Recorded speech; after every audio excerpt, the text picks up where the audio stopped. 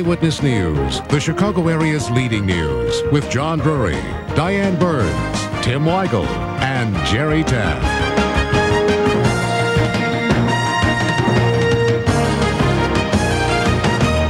Good evening. Chicago police tonight are releasing a sketch of a rapist who attacked a woman in Grant Park in broad daylight.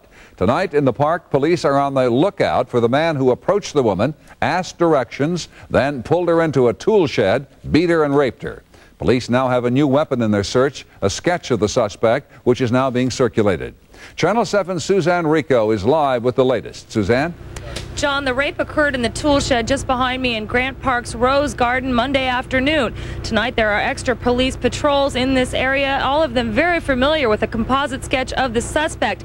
In fact, that sketch went out as a special bulletin to all police districts, alerting officers to be on the lookout. This is a composite sketch of the alleged rapist. He's African-American, 27 to 32 years old, 5'5" to 5'7" tall, 155 pounds, with brown eyes and black hair.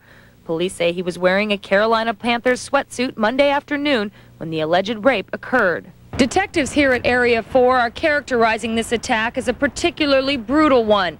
They say the assailant first asked his victim for directions to the Field Museum.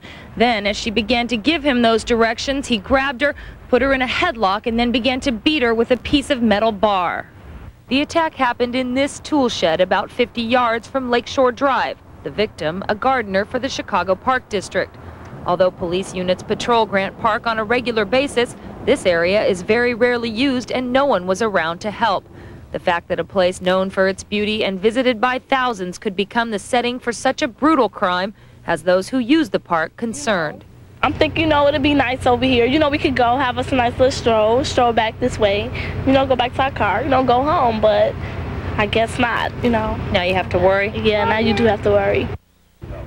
Tomorrow, that composite sketch will be posted all over this area. Police say if you have any information that might help, give them a call at Area 4 Police Headquarters. Reporting live in Grant Park, Suzanne Rico, Channel 7 Eyewitness News. Diane, back to you. Thank you, Suzanne. Tonight, Chicago police are investigating several of their own. An elderly man says he was injured during a frantic search for a suspect in the shooting of two officers. 17-year-old Dave Berry says one of his eyes was severely injured when officers burst into his home in the middle of the night. He spoke tonight to Channel 7's Jim Rosenfield. He is live now with the story. Jim? Diane, it's been 10 days since those two police officers were boldly shot at close range as they sat in their squad car. Well, tonight it appears they aren't the only ones suffering as a result of that shooting. So too, it seems, is an elderly patient here at UIC's Eye and Ear Infirmary. Tonight, 70-year-old Dave Berry awaits word in his hospital bed as to the extent of damage to his right eye. According to his family, the prognosis is not good. He may never see out of it again. And he says he has Chicago police to thank for the injury. I remember the door was beating on the door, bam, bam, bam. Police opened the door. And I got up to open the door. All I know, I was on the floor. I reached to take a chain off the door. And that chain must hit me in the eye. Wham! A diabetic, Berry says he was moving slowly here in his Southside apartment at 62nd and Kimbark. It was 1 in the morning Friday. As he went to open the locks on his door, police beat him to it, busting it open with a sledgehammer, he says, sending the chain lock or maybe the peephole right into his eye. Are you pretty certain that the police could have seen that you were bleeding and that you were hurt? Yeah, he got to see it. He got to see it. He got to see it. He didn't ask if you were okay? No, he asked me nothing. Berry says two plainclothes officers checked his apartment and left without so much as an apology. It was Berry's neighbor who called paramedics. Tonight, these officers from the department's Internal Affairs Division are beginning their probe into the conduct of the officers who took part in the search. I just can't understand how they could, do this damage to him and leave him lying there in blood.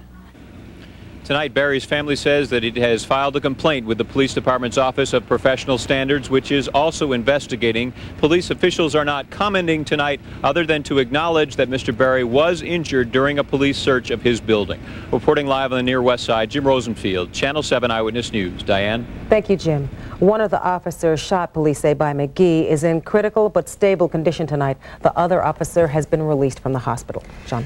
Well, Diane, now the latest on the Haiti crisis. As American forces spread across the island, their commander is warning that they could take casualties at any time. This morning, Marines came ashore by air and by sea. They occupied the waterfront and the airport. Some units headed inland, while others took control of roads and bridges. Though they met no opposition, Joint Chiefs Chairman General John Shalikashvili cautioned that we must be prepared for some of our soldiers to be hurt.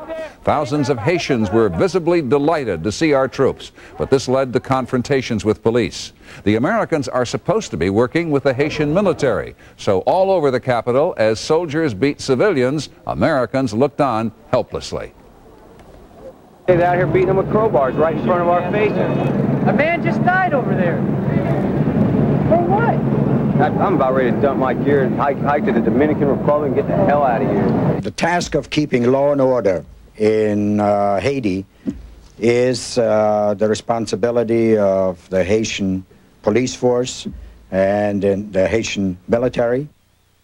In Washington, President Jean-Bertrand Aristide made it clear he's unhappy with the process. He issued a statement which didn't even mention, much less endorse, the agreement. There will be more on Haiti tonight on Nightline, immediately after the news. Diane? John, a report tonight that USAir was trying to get more use out of the engines on ill-fated Flight 427 by running planes like it on shorter flights instead of giving them an overhaul. The plane on a flight out of Chicago crashed near Pittsburgh on September 8th, killing all 132 people on board.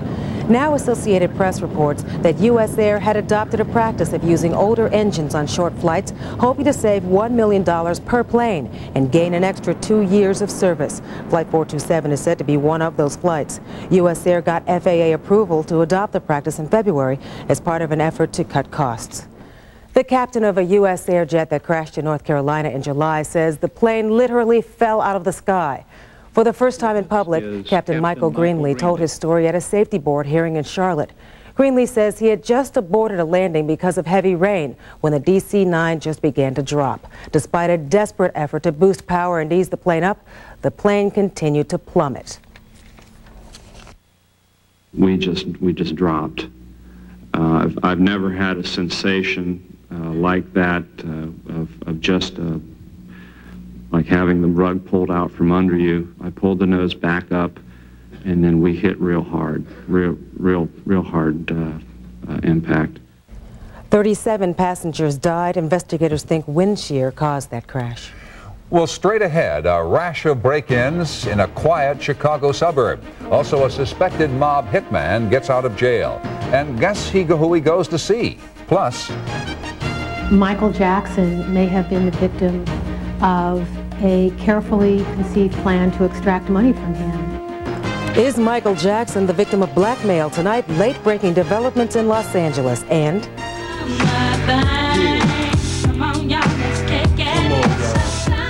Chicago in the video vanguard. You don't have to go to Hollywood to be a big-time music star. Our special segment is still ahead. Beefed up patrols tonight in a 1 square mile area of Arlington Heights after 3 break-ins in the last 10 days. Residents are concerned because young children live in many of the homes. Police are helping homeowners take more precautions to make their homes safe. At this point, police believe the break-ins may not be the work of the same person, and they have no suspects. John. Well, a suspected mob hitman tonight is out on bond, and Channel 7 News has uncovered his unusual connection to a West suburban policeman. We've also learned that Cook County authorities are now investigating the relationship. Here's Channel 7's Chuck Gowdy.